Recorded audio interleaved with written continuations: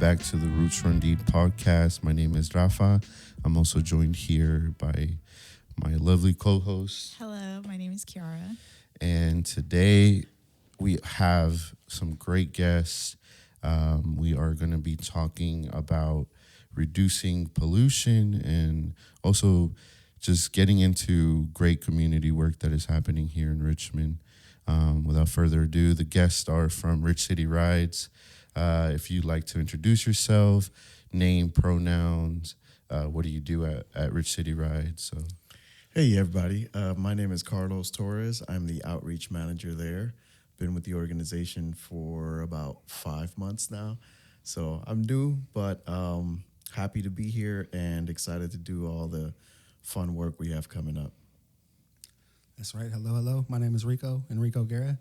I was the school programs manager. I'm transitioning into the community engagement outreach manager position deal. So just rocking, still doing things in the schools. So helping out the youth here in the community. Definitely. Welcome to the Roots Run Deep podcast. Before we tackle our big conversation on pollution, I kind of want to get a little bit more of a feel of your mission. Yeah. Elevator speech. So we are a nonprofit organization that uses bikes to promote community, health, climate justice, empowering youth, and God, anything else you want to say, Rico? And I mean, really just showing solidarity behind, disenfranchised folks, people who come from backgrounds who may not have the same opportunities as others. Mm-hmm. That's cool. And around what time did you guys start the nonprofit? So I believe the nonprofit itself has been around since 2013, 2012, 2013 kind of thing. Najari Smith, co-founder, founder, got things started. I've been with the organization for a calendar year now. So I actually went to one of the very first, community organization meetings that he had in the building when he was still trying to find his footing, and I was working at after school at the time. And everybody in the building was just sharing what they were doing for the community, different programs they were running. And I was just, a kid running an after school program. And I was like, hey, I need all of you guys to come share what you do with the kids. Because at that time, like I said, 2012, 2013, this is kind of when a lot of the movements that are rocking so strong in Richmond were just getting started. You know what I mean? And people were kind of laying out their visions. And I thought that was really important to showcase to the youth. You know what I mean? So. That's nice. I think it's really cool when people start sharing about like the ideas that we all have, because that's the point of this year's like podcast, is just trying to have as many guests, still tackling different parts of things that are needed in our community, but they're all coexisting to really work towards that just transition. But yeah. Yeah, I was just kind of curious because you're saying that you work a lot with youth. Like, I guess, what is that like day to day, or like what are some of the struggles that you see often, or just, how is it working with youth in Richmond? It's definitely been a transition. I've been in youth work for more than half my life now, I can honestly say. I started as a high school tutor when I was 15 years old, and now as a 35-year-old man, still working in youth work. But I think it's definitely a battle. You see, as a community, we're fighting different challenges, right? 2006, 2007, we were a state of emergency, you know what I mean? So we had a lot more violence. And I think now today is like the pollution battle, you know what I mean? So it's like once we were able to kind of, chill out as a community, now we can figure out, okay, as a human being, what do we need? Now we feel safe as a community. Now we know we can walk to the grocery store. We can, kind of do things as a community. How do we, fix the environment, I guess, to be outside and to enjoy being a community, right? Yeah. While at the same time now also helping empower immigrants, to know their rights and stand up for themselves and be able to protect themselves, which is also an uphill battle. And it's kind of one of the annoying things that's happening right now in our community. Well, throughout the country, I guess. Yeah. And being able to showcase that to the young folks, right? Like showing them you come from a safe space. So how do you as a young individual maintain that safe space, right? Mm-hmm. And take leadership in it. There you go. Yeah. We actually just did a Know Your Rights training And I think that the main thing that we wanted the community to know was that, like, we're here to empower you, know your rights, and to always lead with power and not panic, right? So I think that that's something that we need to keep talking about, empowering our community, right? So, yeah. Yeah, I guess to go off of that, I wanted to like ask both of you, what are like very specific direct ways that Rich City Rides is empowering community? Like, what does that look like for someone who doesn't know what Rich City Rides does? I can kind of attest to that. I mean, that speaks to somebody picking up a bike who can make it to work on time. I mean, somebody who thought that, just transportation itself was a battle. Now I can get there and I can actually do work. You know what I mean? Work, school, exactly. Yeah, I think that, most of our projects are about empowering community in different ways. So Schatz, who is also the mayor now of Albany, who works for us, I got a program called Rich Pep, and he's working on park equity, right? So making sure that parks around Richmond are clean, stable, and available to the community, so that everyone can feel like they have a safe space to go to. We are also working on the e-bike lending library, which is going to be a 1,400 square foot space that we're going to build in Unity Park. That's going to house about 120 e-bikes that we're going to lend out to the community for free. And the idea is, a lot of people in the community don't have transportation. And we're going to provide sustainable transportation that they're going to be able to use anywhere from 30 minutes to 5 days.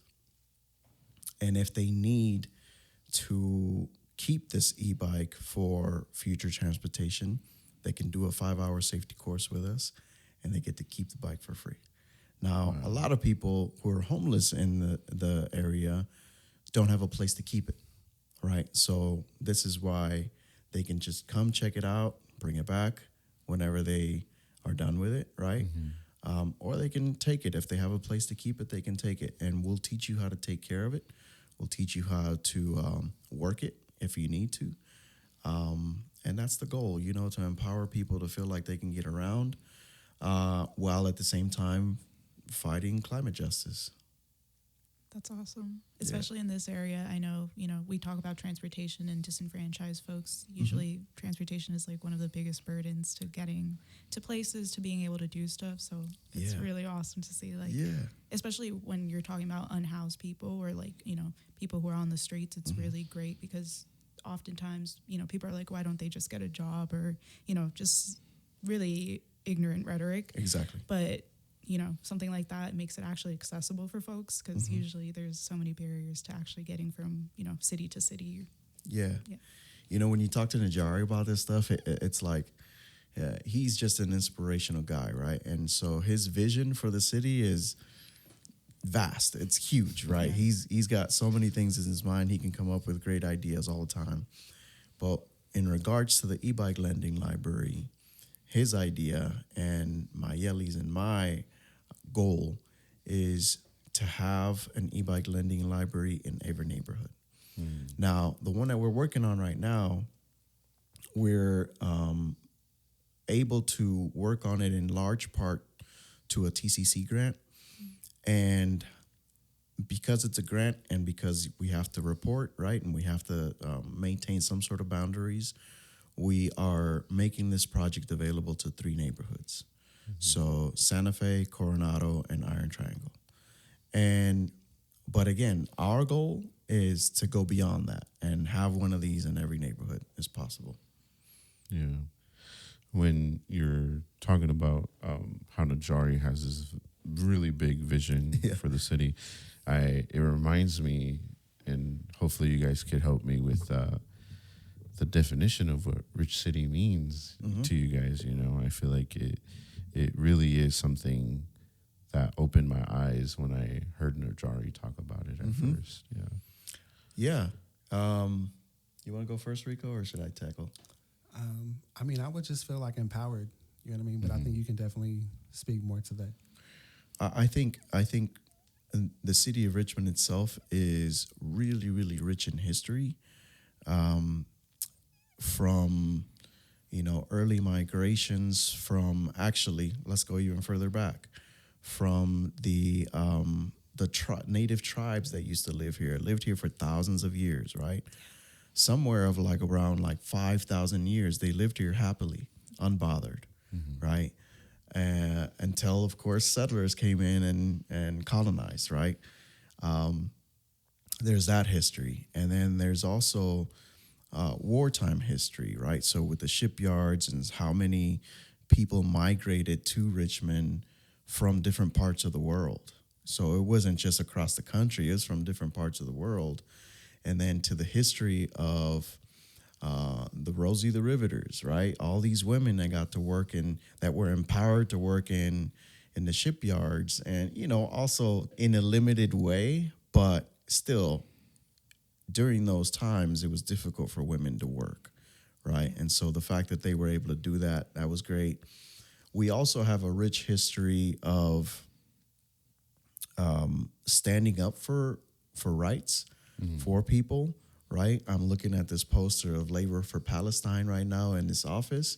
And, we have, I can't remember what it was exactly, but I think we were one of the first cities to, is it a day for Palestine that we created, that the mayor of Richmond designated? You guys know what I'm talking about?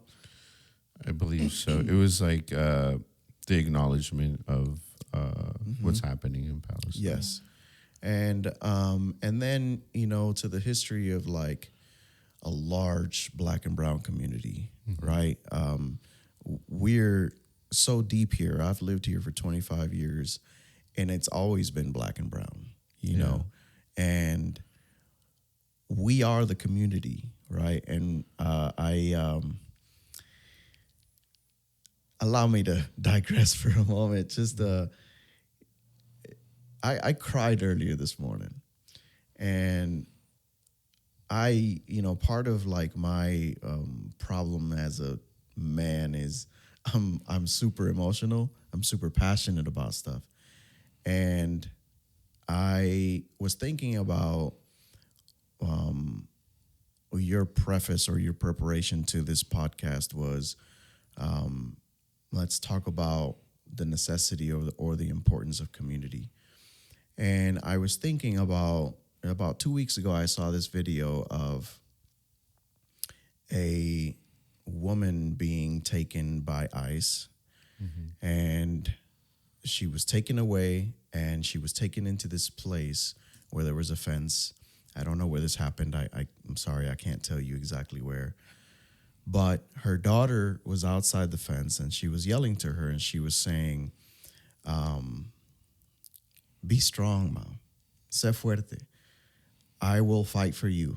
I will get you out. I will help you, no matter what. Be strong, right? And it brings me to this idea of how we're being attacked so much right now. And as Black and brown and people of color, we have this great opportunity right now to stand together and fight for our rights, fight for our community. And if you don't understand community, if you don't understand the importance of it, then you are failing to recognize how you can empower yourself, empower others, and how it affects you. Even if you don't care about it, it affects you. Yeah, sorry. I had to go off for a minute. No. Yeah, I think that really speaks on what rich city means. Yes. I feel like I had, when I was in high school, hearing rich city, I also had a group in high school that was called Rich Destiny. And, sometimes I would think about it like very literal, like, oh, we have money, we got this, we got that. Yeah. But in this sense, I feel like also really showing the richness in stuff that's not like an object, right? Right. Or materialistic, right? I feel like that's what rich city really means. That's right. Having such rich history, rich power, it's really beautiful. And I think the other thing that's very beautiful, Rafa, sorry to cut you off, it's all good. is the fact that we live in a community that's full of black and brown and Asian people, right? And you don't get that everywhere. And you don't if you don't live in a place where you are together with different cultures, with different people of color, you don't understand how people from different cultures see things differently. And it's great. It's okay. It's a blessing to be able to know people from Mexico, from Guatemala. You know what I'm saying? African people. There's Brazilians in this community now, right? It's a large community of Brazilians here. And I love meeting Brazilians and getting to know about their country, about their culture. Yeah. And when you don't open your mind to learning from others, it's what makes you, to some end, be complicit and borderline hateful. You know what I'm saying? Because people tend to hate what they don't understand, and you got to understand people. You got to understand cultures. 100%. Yeah. Just to kind of speak on understanding folks, right? Like when we talk about community, I remember being in a class and hearing the term, melting pot or a salad bowl. And you talk about community, you talk about Bay Area. I think we're used to, or being from the Bay Area, we really remember the salad bowl portion of being here, right? You want your tomatoes to taste like tomatoes. You want your cucumbers to be cucumbers. So here, representing all the cultures of the Bay Area, you want everybody to hold that authenticity and to represent who they truly are. You know what I mean? And I think in these modern times, we so much want to be like everyone else and see the fruits of what everybody else is doing. We tend to melting pot the thing. And I think that's getting away from what Richmond truly is. When we think about all shades of brown, you can't just pile everybody together and say, be this. You're from Richmond, you must be that way. Yeah. You know what I mean? But to truly be from Richmond is to have a little bit of Brazilian in you. That's right. Have a Filipino uncle. You know what I mean? Have all of these cultures within you, right? Yeah. Like, to get a little personal, identity is a big talk in my home. With our 18-year-old, we have a 7-year-old, me and my wife being from Richmond, her being, raised by a single mother from Mexico, immigrant, Spanish was the language spoken at home. Fast forward 30 years and now it's a majority English speaking home. And my daughter is finding, trying to find identity in that. You know what I mean? I come from these roots, but this is how we are now. So I find myself being like, we're from Richmond. You're all of it. You know what I mean? And that's kind of hard to identify with when you're trying to find, well, who am I in that, right? Which shade of brown do I represent with? You know what I mean? But I think when you sit back and identify with the whole community and you try to bring in all that, it's a big bite, but that's home, right? That's Richmond. It's the beauty of it, right? Yeah, definitely. I definitely agree with that, especially too, because I think when we're talking about doing community work and working with community, being a part of the community, kind of like what you were both saying, I feel like a lot of the times there is this pressure to align a certain way, to be a certain way, to follow a mold. But I think that's the beauty of being in such a diverse community and genuinely learning from the people around you, is you kind of figuring it out for yourself. Like you said, there's little pieces of everyone in you, but how does it look for the individual? And I feel like that's something that, especially for me, organizing and, meeting with all these different activists and people who have been around doing this work for a really long time has been really interesting, because it's kind of seeing that, oh, well, I thought that person would be doing this a specific way, but I kind of see that they kind of took it and did it completely different. And just, there's a lot of creativity and inspiration in that. And I feel like that's where I find the empowerment when it comes to working with community of maybe I can figure out a different way to do this. I don't know. I think that's really cool. And that's such a beautiful way to look at it, because you get to see, okay, my seeds that I'm going to plant today don't have to look a certain way for them to take root tomorrow, right? I don't have to be this way so someone can want to follow my steps. I can be how I want to be, and somebody will see, oh, wait, I'm making an impact, right? I don't have to fit into this box to make change in my community. I can grow my roots as I want to and flourish as, the sunshine and water making me grow. That was beautiful and poetic. My man's a poet, man. Man. Yeah. No, definitely. I be feeling pride when I'm like, I'm from Richmond. That's right. That's it. I'm from Richmond. And I feel like back in the day, not a lot of people knew where Richmond was at, And now I feel like we have a name, That's right. And they also had this like really bad outlook of Richmond, right? Yeah. Still to this day exists. Very much so. I tell people I'm from Richmond, they're like, "Oh, nah, bro, you don't know Richmond You anymore. don't know Richmond. You don't know Exactly. Richmond." Anymore. Yeah. I like what you said about that, Yeah. right? Because I mean, it's you no one knows what we were like in high school when we're marching down the grocery store in our 30s, right? And if you do remember us in high school, you should get to know us now, right? Like get to know the new Richmond, I guess, That's right? right. Like That's right. everybody has growing up to do, right? Mm-hmm. The cats who were out there doing what they were doing in the 1930s, are now And everybody in every city, every town has their rough patches. Mm-hmm. We've been through ours. We're still kind of in a rough patch in terms of climate justice and fighting for better quality air here, but it is a vastly different place to be and to live. and just shout out to organizations like Rich City and bigger organizations like Urban Tilth who give us all the bigger platform, right? Like when a child from Richmond can see I can do change in Richmond, that's huge, right? Like I remember growing up in Richmond, you didn't feel like, what am I gonna do in Richmond, bro? Like, you know what I mean? Like we had to go to Berkeley to hang out. We had to go somewhere else, or there was just That's right. nonsense. So being able to be somewhere positive and showing a kid this is your community, right? Like Carlos spoke to ownership, right? Like Right. showing a kid you're from here. What change do you want to see? How do we show you the path on that, right? Like Exactly. Definitely. That's beautiful. Like, just thinking also about, like, for me, I was born in San Francisco, got displaced out of the Mission District, came out here, and we lived in Grip for a bit, the house's shelter. And I think that's when I really got that sense of community of what Richmond is, And I've talked about this before on the podcast, but I really do think that going through that little rough patch in my life really planted that seed of like what I wanted to see in the future. And that's why now I'm here, like talking with you guys, sharing these beautiful stories of how Richmond has shaped us, But definitely.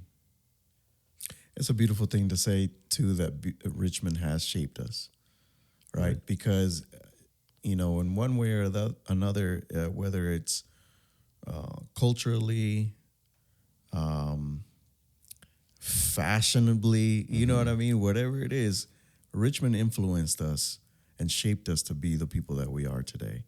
And to see all these, like, community organizations pop up now that are doing such great work around Richmond to help prop Richmond up.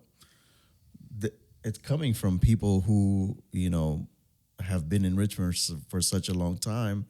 And it's a beautiful thing to see. That's what has shaped us to be the people that we are now. And the fight is alive and well. Yeah, and growing. That's right. Changing. I feel like that's like Yep. something that keeps coming up is how things are changing. Obviously, like that's just time and the natural course of things, but Yeah. it's really cool to see like the different changes. And I'm sure, again, y'all having been here for like a while and like actually seeing that change happen over time is probably really cool. Mm-hmm. And we're going to continue to see changes too. So like, I don't know if I'm getting ahead of myself here, but Rich City is working on developing also a Black Wellness Center, as well as an art gallery, as well as a garden in the backyard. Right. So we're trying to create places where people can come and get well, Mm-hmm. feel healthy, represent their art, so represent their culture, and at the same time, find a safe space. And I think that that's what all these community organizations, such as Urban Tilth, are creating for the community, right? It's safe spaces where everyone can come and partake, right? And be involved and get to know each other. Again, it's this thing about diversity, right? And getting to know each other's culture. We're providing all these opportunities for people to get together, right? Rico and I are actually working together on a new project, which is set to start later in March. We're creating a North Richmond bike bus. So we're going to basically gather people from,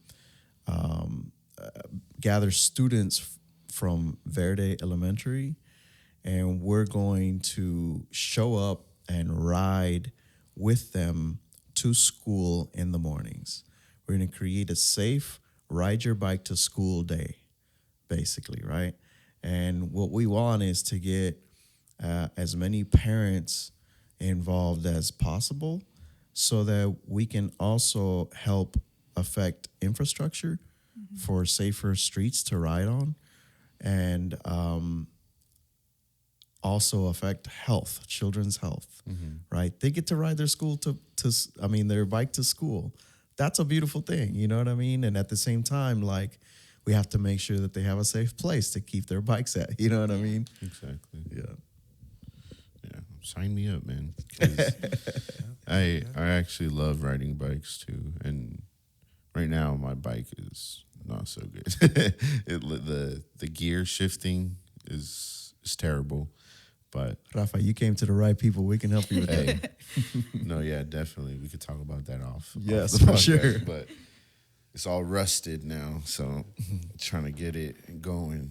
But that's beautiful. At first I thought like a bike bus. I thought it was gonna be like one of those. There's like these tourist bikes that like you could just sit on and like a paddle. banana boat. Yeah, I thought it was gonna be something like that, but no, that's actually pretty Everybody cool. left.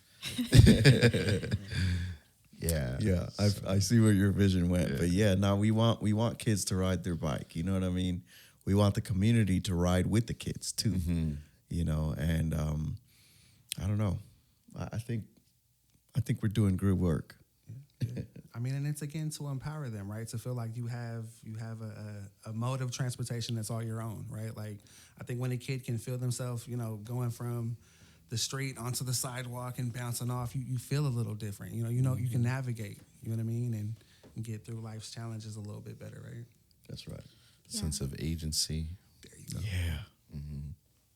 Yeah, I always think of the word like autonomy, just like having, it does really great work for a person to feel like they have control over themselves, their body, their environment, all the things. I feel like cultivating that environment, like you said, like making it a safe space for the kids, not just like, here's a bike, go like have fun, right? Because that's, you know, sometimes it's not as safe. But just like, yeah, it goes to show that it's like what is that saying that they say with like child rearing?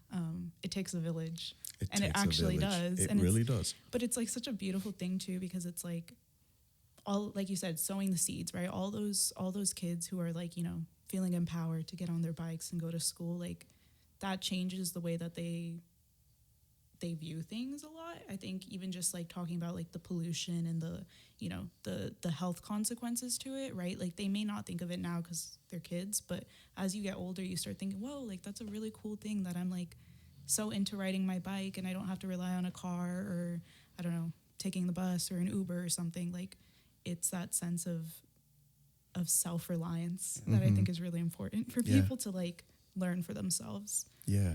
Like reframing the ideology behind what's rich, right? Yes. Oh, when I make it, I'll get this car. Yeah. You know, when you make it, you'll take yourself to these places. You know what I mean? And Exactly. That's really empowering, right? Yeah. I think it's beautiful that you mentioned, Kiara, you mentioned it takes a village. Yeah. Because I feel like that saying comes from community. It takes a village means you need this community to not just to help raise your children, but to help raise other children, Yeah.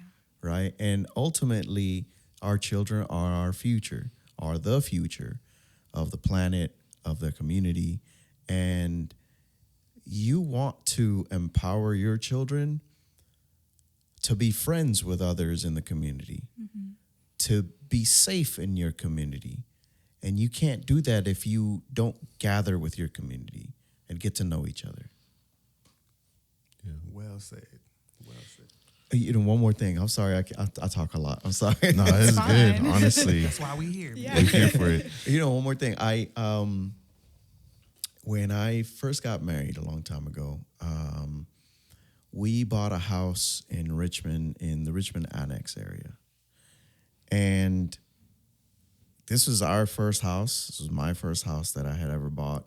I didn't know what, it took to sustain a property. But on the second day that we were moving in, our neighbor from across the street came over and brought some cookies. She introduced herself and her two children and said, "Welcome to the community." And I thought, I thought this only happened in movies. And it doesn't have to be that way, right? Because if you get to know your neighbor and if you start communicating love from the top, from the gate, that just creates a better environment for you and your children and your home. Because now you can get together and say, well, there's some unsafe things happening in our community, so we need to get together and create a neighborhood watch, whatever it is. Yeah, You can't do that without community. exactly. Yeah. And I think it's also really important just having those role models, the people who are willing to take that step to do That's it. right. Because I know from my personal experience, I grew up in a household where the role models I have were not very good about creating community. And so I had to go through a whole process myself growing up and learning how to do that. And I'm still learning how to do it, obviously. Yeah. But it's just, I think there's such a value in already having that from a young age of this is healthy, this is a good thing, and it's something that should be encouraged and instilled in people.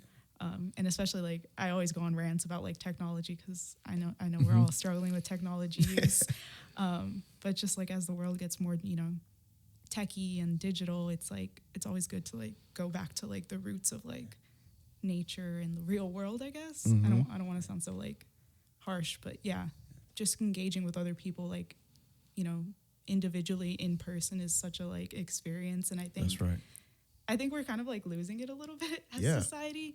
And I'm not obviously there's a lot of reasons, but I think it's just now more than ever even more important to keep encouraging those people to continue to take those steps to show people that this is how you create community, and just having someone lead the way, I feel like. Yeah. Yeah. And being in, I don't want to cut you off. No, go ahead. Being in such a central location here in the Bay Area where you can go 20 minutes and be in a tech land, I think that's fine for Richmond, right? Let's hold on to that, right? Let's hold on to the old times. I think we have no problem being, community like that. 20 minutes right? away. I mean, it's a thing. If home shouldn't be where you have to put on this mask. You know what I mean? Home should be where you hang out and you be yourself. So it's nice. You mentioned technology, and it's kind of a trip to me because,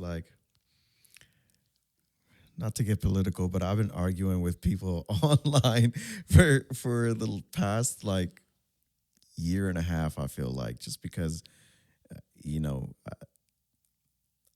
technology has kept us home and locked on our phones for so long, and then the pandemic happened, and that kept us home and on our phones and on our computers for so long, that now we have people who feel empowered to talk shit over the phone and spew hate. And, I shouldn't fall into it, but sometimes, people do some and say some nasty stuff. And I always want to stand up for people who don't have the power to, or don't feel empowered to say stuff, right? So, but at the same time, this is exactly why we need to, maybe not necessarily disconnect, but because I think that we do need to still know what's going on, right? And so that we better prepare ourselves in our community. But I do think that it's important for you to put the phone down, put the computer down, and walk outside and go talk to your neighbor and go to a local park that we are now hoping to get cleaned up and ready for you to go to, right? And go jump on a swing, go, ride your bike somewhere, because it does something different to your health when you do that. Most definitely. Yeah, and I don't mean to backpedal a little bit towards like that it takes a village, and I kind of just want to focus on the idea of the people doing the work, right? There's a teaching that I learned when I was going through my reconnection. Well, I'm still reconnecting, right, to my ancestry and everything, right, back from El Salvador. But there's this saying of like, our ancestors took years to build the pyramids and areas where we can feel safe to do what we want to do, which is either ceremony, us feel like we can be ourselves, right? Dance, sing, everything we want to do without them having the ability to experience it, right? And I feel like that's something that we're all doing right now. The four of us, even not just the four of us, but everyone who has put in some work into Richmond to, really have us move forward. But just that idea of us potentially not even having the ability to see what the final product of what Rich City looks like. To reap what we sow. Yeah. I feel like it's something that I kind of wanted to just shed light on. Yeah. Because it's something that like really opened my eyes, and the first person to put down the first stone, they didn't see the final product. But you can definitely celebrate them for what they did for us. Right? That's right. Yeah. So that's a beautiful thing. Yeah. That's a beautiful thing. And it I think about often also like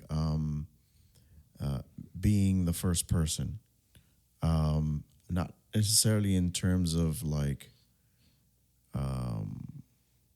building a structure, but in terms of gathering community or standing up for rights. Oftentimes, I think one of the biggest reasons why we're in a situation politically that we are right now is because many people chose and continue to choose to stay out of the fight because they think, this got nothing to do with me, right? But at the end of the day, it will affect everybody. Even if it's not affecting you right now, it will affect everybody. And in terms of teaching yourself, Kiara, to start community or to build community, I think that the most important thing to get started is that you have to care. And then, yes, it's difficult. It's not easy. If it was easy, everybody would do it. But if you don't say to your neighbors, hey, I think we need to get together and just talk about our block. If you don't do that, then you're missing out on putting down that first stone. You know what I mean? On building for your future and building for future generations and your community. And yes, we may not reap everything that we're trying to build on right now, but if my children do, I'm happy. You know, that's what we should all strive for. I think at the end of the day, what everybody wants is just a safe place and a safe space and a happy family. Yeah, no, that's very well said. I remember, working it after school and telling somebody, during like program evaluation time, you know what I mean, and trying to see how we can have the best program possible. You start seeing outcomes and, okay, what are the results of the students in your program and what are they actually learning here? And at times I would push back because I'm not going to see the fruits of what we're doing with these kids until they're adults, until they're grown-ups and they can navigate the world themselves. Like, I'm not going to see that. If they can sit down and listen, that's not proof that that's soaking in. It's a kid, bouncing off the walls. That doesn't show that he's actually learning now. You know what I mean? So I think now bumping into students at the store, in their 20s, seeing kids in traffic, you know what I mean? Learning that kids have kids now, you know what I mean? And it's like, wow, I guess we did something right. You know what I mean? And you just see not everybody was meant to go along the same path. Just because you're in this classroom doesn't mean we're meant to. You guys seen like the Instagram memes where the circles are going in and the boxes come out. You know what I mean? Like everybody's this uniform student coming out, and that's not what we should be building here. You know what I mean? But I think that was really impactful what you said. Like, you're not going to see it until X amount of years later, right? Like, it's really big. Yeah, I think it's really cool too, though, because I know, like, I think everybody who wants to like cause change in the world has this this need and this want for like spreading it as far as possible, right? Getting as many people involved, getting like you're casting a really wide net versus like I always love to think about like just individual relationships and just like how impactful those are, because like you said, like you're working with like a group of kids, you don't know if it's gonna like land with them or not, but then when they get older it might not land with all of them, but even if it's just one, that's like right. I think it's really crazy, because then it's like that. I always think of it as like a web, right? Then that one person casts their net, and it's just like thinking of it like that. I think that's where I find the motivation, where even if I won't see it myself, like just knowing and kind of hoping for the best that like someone has taken some of the advice or lessons or whatever and like, shared it with other people. I think that's, to me, that's like the exciting part of it is just knowing that it may go farther than I even thought, but not in the way that I thought. We're building community, not ourselves. Yeah. We're not striving for better cars, better, bigger mansions, whatever it is. We're building community here in Richmond. I was at a ribbon cutting for one of the when Coronado Elementary School was rebuilt. I was at the ribbon cutting, and this old teacher, retired teacher, was sitting next to me. I had no idea who he was. I just sat down next to him, and he reached out and was like, Richmond is a place where people come to build themselves up and then go be somebody. You know what I mean? You should know you can come here, build yourself up, get a little financial stability, and then go, bounce off. And if people don't want to come back and give back, well, that's okay, brother. And I'm like, no, you should want to do better for the city. You know what I mean? You should want to, we don't want to just leave and, how do we get better? But I think that's that's like the hidden beauty in it, right? Like who's meant to stay here and grow does, and who's not, you go ahead, that's fine. Richmond will be here, right? Yeah, like you hear that often, the making it out of the hood. Sometimes some of us want to stay in the hood. But, no, yeah, I think that I kind of want to like pivot more towards, I feel like we covered a pretty good portion of how we love building community and the importance of it. And I kind of want to touch a little bit more on how we can build community and also show up to, whether it be actions, whether it be just addressing something that the community really needs. I feel like that's something that I feel like comes with, right, when you build community, you build love, you build friendships, relationships. All of these things like really, really kind of make community more solid, right? And obviously, if you love your community, you're going to want to hear out exactly what they need. So right now, I feel like what I want to talk about more is how is Rich City Rides listening to their community and really using not just Rich City Rides as like the org, but as individuals. Like, how do you guys feel about that? How do you guys show up for the community, you know? It's a very good question. I know as of a couple years ago, we were a part of evaluations taking place across the city.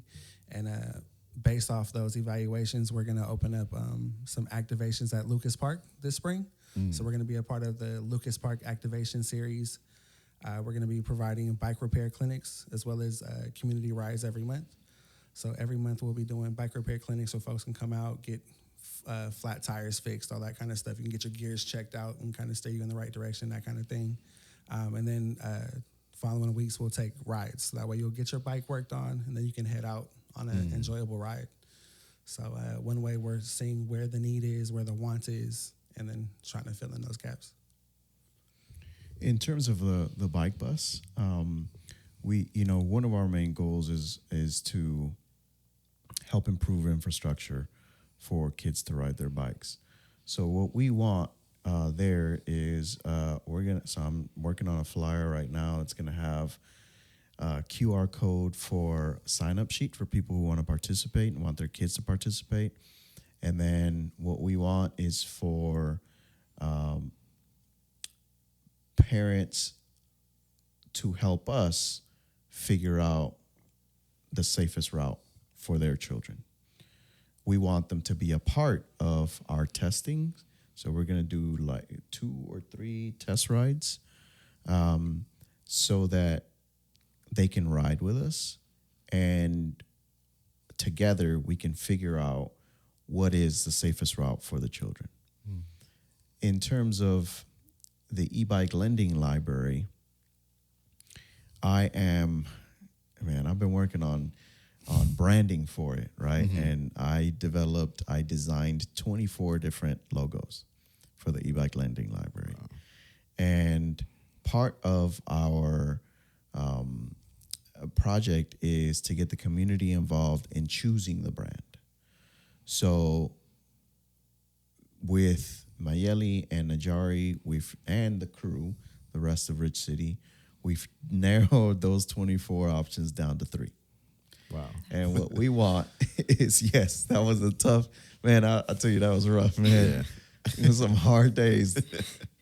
Because once you start designing, if you're passionate about something, you see something and you're developing something, and then something else comes to mind, and you're just like, wait, let me start in this other one before I forget.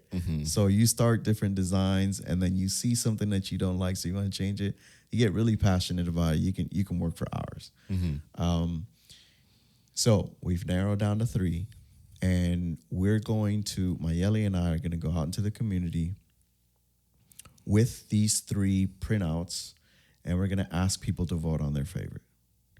And then depending on the votes, that's the brand that we're going to choose for the e-bikes and for the library itself.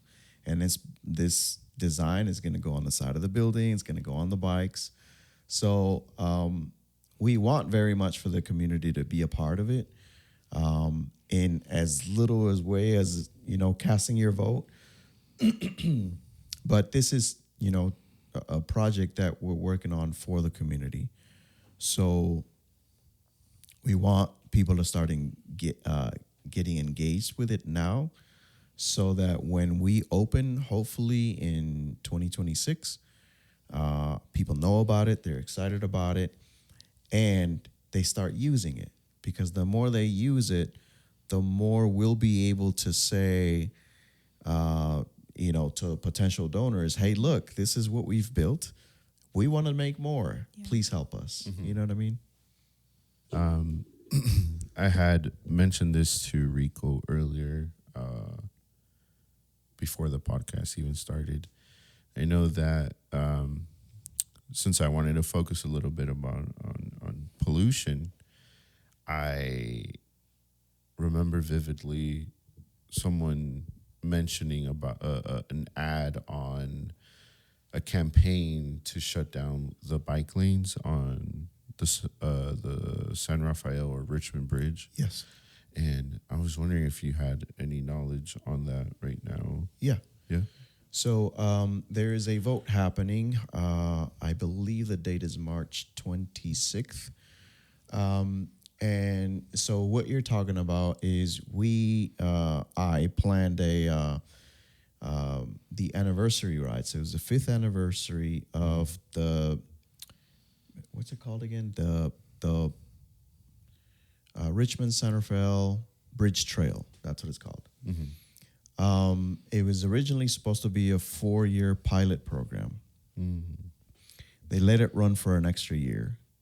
And now the governing bodies of the trail have been receiving pressure to close it down because people think that the trail causes more traffic along the bridge. And it's just not true. Cal Berkeley did a study on this. And in the study, it showed that, in fact, traffic was already there before the bike lane was open. The bike lane or trail itself is actually not even wide enough to fit another car lane.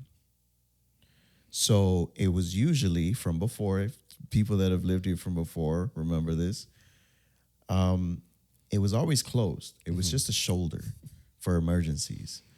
And so, yes, there isn't a shoulder for emergencies right now, but we have this beautiful way for people to get across the bridge that don't have a car. So before I worked for Rich City, I was going through a rough time in my life. I had just gotten fired from a solar job, and it was tough. And I got a job in Santa Fe, and my car broke down. So I didn't have a car. And I didn't have the money to get a new car. But I found a bike for $50 on Facebook Marketplace. And I took it to Rich City. They fixed it up for me. This is before I worked there. That's where I originally met Najari and some others. And they fixed it up for me. And I was able to ride my bike from my house to my job in Santa Fe across the bridge. And I did this for like 2 years. Wow. I tell you what, it was some of the roughest rides I've ever been on because at 4:30 a.m., it is cold, man. And riding across that bridge, it's tough. But I needed to make ends meet, and this was my opportunity. And I'm not the only one. This happens daily. So there are people that ride their bike across the bridge for work, for school, for whatever it is. A lot of people ride their bike across the bridge just because they love riding bikes and they're, avid bike riders. And so they take the trail over. And now they want to close it 4 days a week. It would only be open Friday, Saturday, and Sunday. That doesn't make any sense because now you're taking away this opportunity for people who need it to ride across or to walk across. Some people can't even afford a bike right now, right? Which, by the way, if you're out there, you can't afford a bike, please come to Rich City Rides. We have been receiving donations, and we've been working on getting our bike shop back open, and a lot of these bikes are being worked on. We're happy to give you a bike, right? And so there's going to be a vote. Like I said, I think it's March 26th. I can check back on that with you. And this is where MCBE and other governing organizations are going to vote whether or not it should stay open or not, or if they should close it 4 days a week. We have been advocating along with Bike East Bay and other organizations that are out there fighting for the bike lane to stay open, for the trail to stay open. So we're hoping that, the governing bodies recognize that people actually need it. And that's part of our fight. Also, in terms of pollution, that same ride that we did, no, I'm sorry, it was a different one. But we also planned another ride across the bridge that also had a asthma component to it. And that's because asthma rates in the city of Richmond have multiplied. So we have a bigger rate of asthma in this city because of our bad air, our dirty air. And so we held a town hall meeting. We invited doctors from Kaiser and Lifelong Medical Center, and they came out and they talked about the effects of asthma, how, a lot of us now, including myself, I have asthma. A lot of us now are not just on a regular albuterol inhaler, but now we have to take a steroid inhaler as an inhaler that's going to keep it down so that we don't have to use albuterol as often.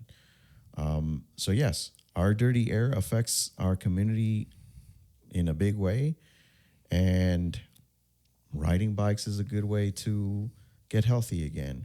And we have to fight for climate justice. We have to fight against these really big organizations who nobody wants to name. You know what I mean? But we have to stand up. Exactly. No, yeah.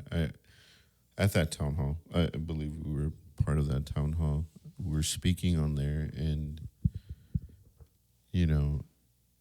also just being part of UT, it has really made me see how it's not just one big major polluter that's like causing all of these issues. It's Right. also the trains that we have here, the Iron Triangle, and North Richmond is pretty industrial, so there's like fulfillment facilities. It's just a lot of pollution, especially with Richmond Parkway, the highway. It's just a lot. So we're just sandwiched, especially in North Richmond, which is the fence line community, right?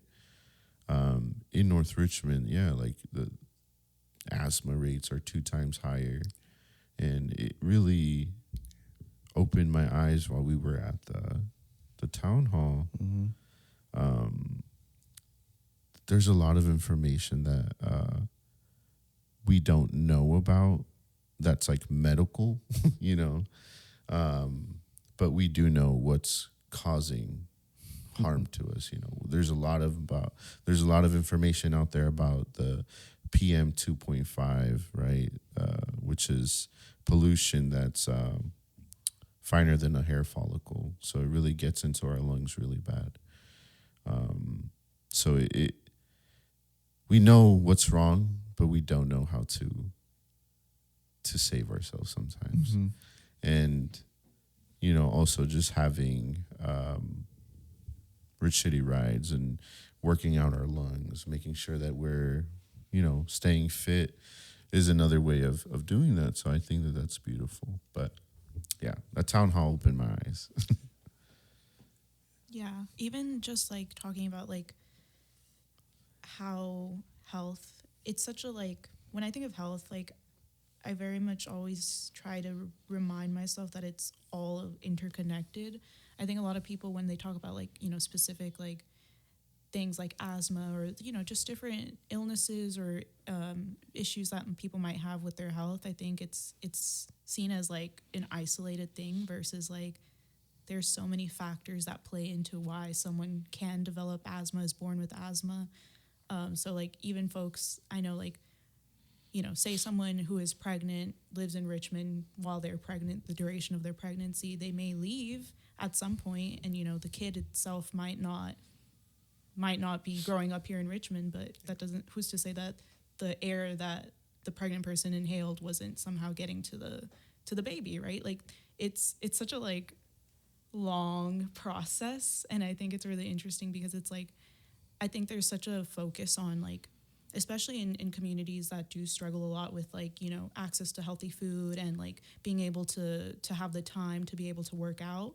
There's always this push for, you know, be healthier, eat healthy, do these healthy things. And while it's important, obviously, to like encourage that, I think it's also, I always want to acknowledge that there's other things. And I think, you know, people are a little bit more understanding of like the time thing because, yeah, time, nobody has time. But I think also environmental factors are such a huge thing, right? To me, it's like, I always think like, what's the point of someone being like in a smoke-free home if they walk outside and there's all this pollution? Like at the end of the day, it's kind of redundant to like be like, oh, it's just the individual who needs to be healthy versus like, that's where like the community part of it comes to me is That's like right. Everybody should be healthy because one person not being healthy is already like, it's a detriment to the community, right? Like people not being able to live to their fullest extent and to like their potential, and having that access to like, because everybody is different, obviously we all have different starting points, but I think just